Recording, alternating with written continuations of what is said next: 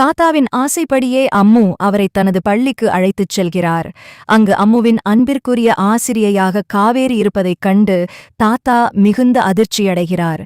ஏற்கனவே காவேரி உயிரோடு இருக்கும் உண்மையை மறைத்து விஜயிடம் பொய் சொல்லி வரும் நிலையில் இப்போது காவேரியே நேரில் நிற்பதைக் கண்டு பயத்தில் அவருக்கு இரத்த அழுத்தம் அதிகரித்து அங்கேயே மயங்கி விழுகிறார். காவேரி பதற்றத்துடன் தாத்தாவை மருத்துவமனையில் சேர்த்துவிட்டு அம்மு மூலம் விஜயை தொடர்பு கொள்கிறார். போனில் காவேரியின் குரலை கேட்டதுமே விஜய் ஒரு நிமிடம் தடுமாறினாலும் அது அவராக இருக்காது என்று நினைத்துக்கொண்டு மருத்துவமனைக்கு விரைந்து வருகிறார். ஆனால் அவர் வருவதற்கு முன்பே காவேரி அங்கிருந்து கிளம்பிவிடுகிறார். பின்னர் அம்முவின் பிடிவாதத்திற்காக அவளது ஆசிரியருக்கு நன்றி சொல்ல விஜய் பள்ளிக்குச் செல்லும்போது அங்கு காவேரியை நேருக்கு நேர் சந்திக்கிறார். தன் கண்முன்னே காவேரி நிற்பதைக் கண்டு விஜய் உறைந்து போகிறார். ஆனால் காவேரியோ அவரை ஒரு அந்நியரைப் போலவே நடத்துகிறார். இது விஜய்க்கு பெரும் குழப்பத்தை தருகிறது. காவேரியின் பின்னணியை தெரிந்து கொள்ள அவரை பின்தொடர்ந்து செல்லும் விஜய் அவர் சாரதா அத்தையின் வீட்டில் தங்கியிருப்பதை பார்த்து அதிர்ச்சியடைகிறார். அத்தையிடம் உண்மையை கேட்கப் போகும் நேரத்தில் தாத்தாவின் உடல்நிலை குறித்து அன்பரசு போன் செய்ததால் பாதியிலேயே கிளம்புகிறார்.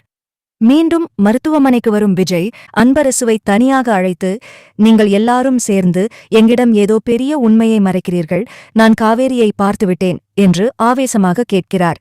விஜயின் இந்த நேரடியான கேள்வியால் அன்பரசு நிலை குலைந்து போகிறார்.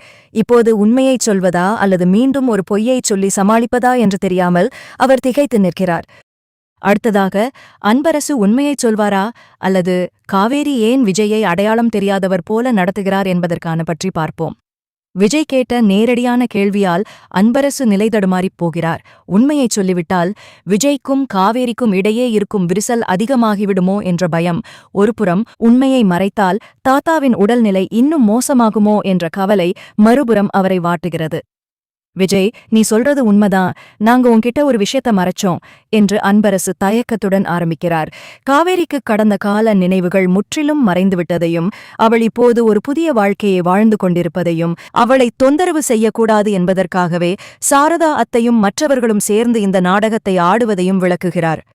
இதைக் கேட்ட விஜய் கடும் கோபமடைகிறார். என் காவேரியை எனக்குத் தெரியாமல் இத்தனை காலம் மறைத்து வைத்திருக்கிறீர்களா? அவள் என்னை ஒரு அந்நியனாக பார்க்கும்போது என் இதயம் எவ்வளவு வலிக்கிறது தெரியுமா என்று ஆவேசப்படுகிறார்.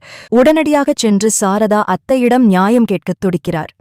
ஆனால் அன்பரசு அவரை தடுத்து, இப்போது நீ போய் நின்றால் அவள் பயந்து விடுவாள் விஜய், அவளுக்கு உன்னை யாரென்றே தெரியாது, அவளது மனநிலை பாதிக்கப்படக்கூடாது என்றுதான் டாக்டர் எச்சரித்திருக்கிறார்கள், நிதானமாக யோசிப்போம் என்று சமாதானப்படுத்துகிறார்.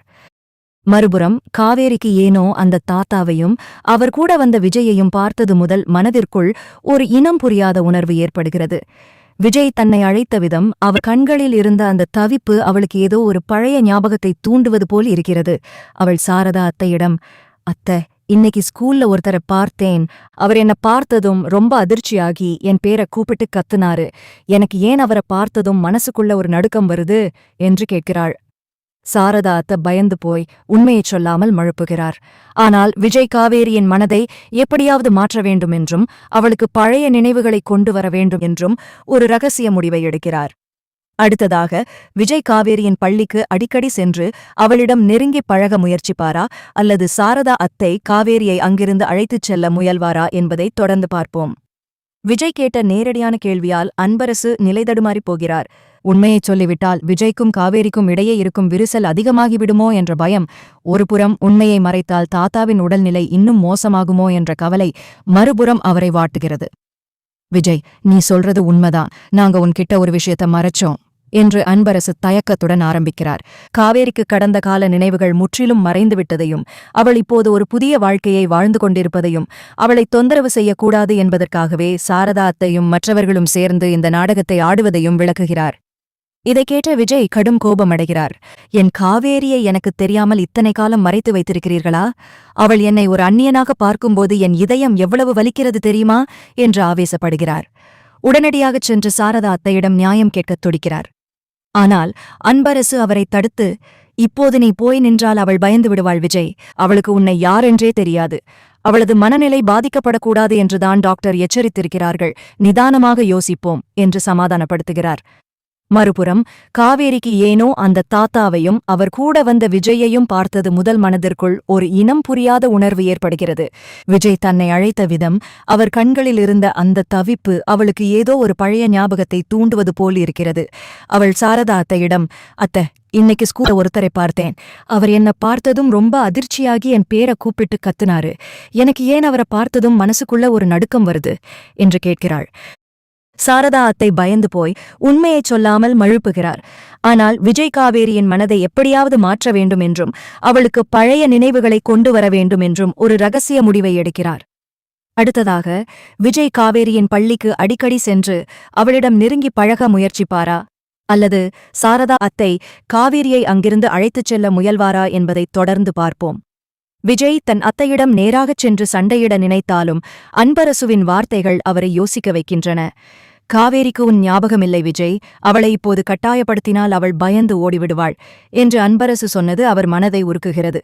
ஆனாலும் தன் காவேரியை இத்தனை காலம் தன்னிடமிருந்து பிரித்து வைத்த சாரதா அத்தையை அவர் மன்னிக்கத் தயாராக இல்லை. மறுபுறம் காவேரியின் மனதுக்குள் ஒரு பெரிய போராட்டம் தொடங்குகிறது.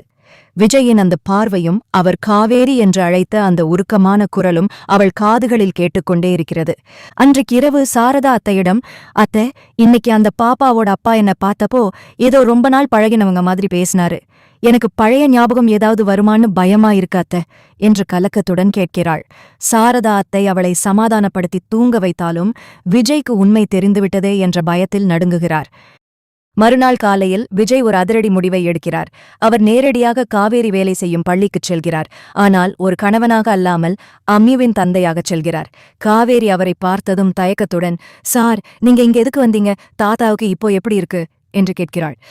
விஜய் தன் வலியை மறைத்துக்கொண்டு, "தாத்தா இப்போ நலமா இருக்காங்க மேடம். நீங்க உதவி செய்ததற்கு பதில் மரியாதையாகத்தான் நான் இங்க வந்தேன். அம்முவுக்கு உங்களை ரொம்ப பிடிக்கும், அதனால அடிக்கடி நான் இங்க வரவேண்டியிருக்கும், தப்பில்லையே" என்று மென்மையாக கேட்கிறார். காவேரிக்கும் அவர் பேசுவது ஏதோ ஒரு பிணைப்பை ஏற்படுத்துவது போல் தோன்றுகிறது. விஜய் தினமும் காவேரியைச் சந்திக்கத் தொடங்குகிறார். மெல்ல மெல்ல அவர்கள் இருவருக்கும் இடையில் ஒரு நட்பு வளர்கிறது. ஒருநாள் விஜய் காவேரிக்கு மிகவும் பிடித்த ஒரு உணவை கொண்டு வந்து கொடுக்கிறார். அதை பார்த்ததும் காவேரிக்கு திடீரென தலை சுற்றுகிறது. ஏதோ பழைய பிம்பங்கள் அவள் கண்ணில் வந்து போகின்றன. விஜய் பதற்றத்துடன் அவளை பிடிக்கப் போக, அதே சமயம் சாரதா அத்தை அங்கு வந்து விடுகிறார். விஜயை பார்த்ததும் அத்தைக்கு கோபம் தலைக்கேறுகிறது. "விஜய், நீ எதுக்கு இங்க வந்த? என் பொண்ணை நிம்மதியா இருக்க விடுன்னு சொன்னேன்ல" என்று கத்துகிறார். அப்போது காவேரி குறுக்கிட்டு, "அத்தை, இவரை உங்களுக்கு தெரியுமா? ஏன் இவரை பேர் சொல்லி கூப்பிடுறீங்க?" என்று கேட்க அந்த இடமே ஒரு நிமிடம் நிசப்தமாகிறது. அன்பரசு சொன்னது போல் விஜய் அமைதியாக பின்வாங்குவாரா, அல்லது அத்தையிடம் தன் உரிமையை நிலைநாட்டுவாரா? காவேரிக்கு தன் பழைய வாழ்க்கை எப்போது நினைவுக்கு வரும் என்று பார்ப்போம். சாரதா அத்தை பதற்றத்தில் உளறியதைக் கேட்டதும் காவேரியின் முகம் மாறுகிறது. "அத்தை, இவர் அம்முவோட அப்பான்னு தானே சொன்னீங்க. இவரை போய் விஜயன்னு பேர் சொல்லி கூப்பிடுறீங்களே, உங்களுக்கு இவரை முன்னாடியே தெரியுமா?" என்று துருவி கேட்கிறாள். சாரதா அத்தை சமாளிக்க முடியாமல் திகைக்க விஜய் முன்னே வந்து குறுக்கிடுகிறார். "ஆமாம் காவேரி, அதாவது மேடம், இவங்க எங்க குடும்பத்துக்கு ரொம்ப நெருக்கமானவங்க. ஒரு காலத்துல நாங்க எல்லாம் ஒரே ஊர்ல தான் இருந்தோம். ஆனா சில காரணங்களால இப்போ பிரிஞ்சு இருக்கோம்" என்று உண்மையைச் சொல்லாமல், அதே சமயம் பொய்யும் சொல்லாமல் சாதுரியமாக பேசுகிறார். விஜயின் இந்த பேச்சு சாரதா அத்தைக்கு சற்று நிம்மதியை தந்தாலும் விஜயின் கண்களில் இருக்கும் அந்த உறுதி அவரை பயமுறுத்துகிறது. "நீ இங்கிருந்து கிளம்பு விஜய்" என்று அத்தை சைகையிலேயே சொல்ல விஜய் அங்கிருந்து கிளம்புகிறார். ஆனால் போகும்போது காவேரியைப் பார்த்து, "நாளைக்கு அம்முவை ஸ்கூல்ல விட வரும்போது உங்களை பார்க்கலாம் மேடம்" என்று மென்மையாகச் சொல்லிவிட்டுச் செல்கிறார். அன்று இரவு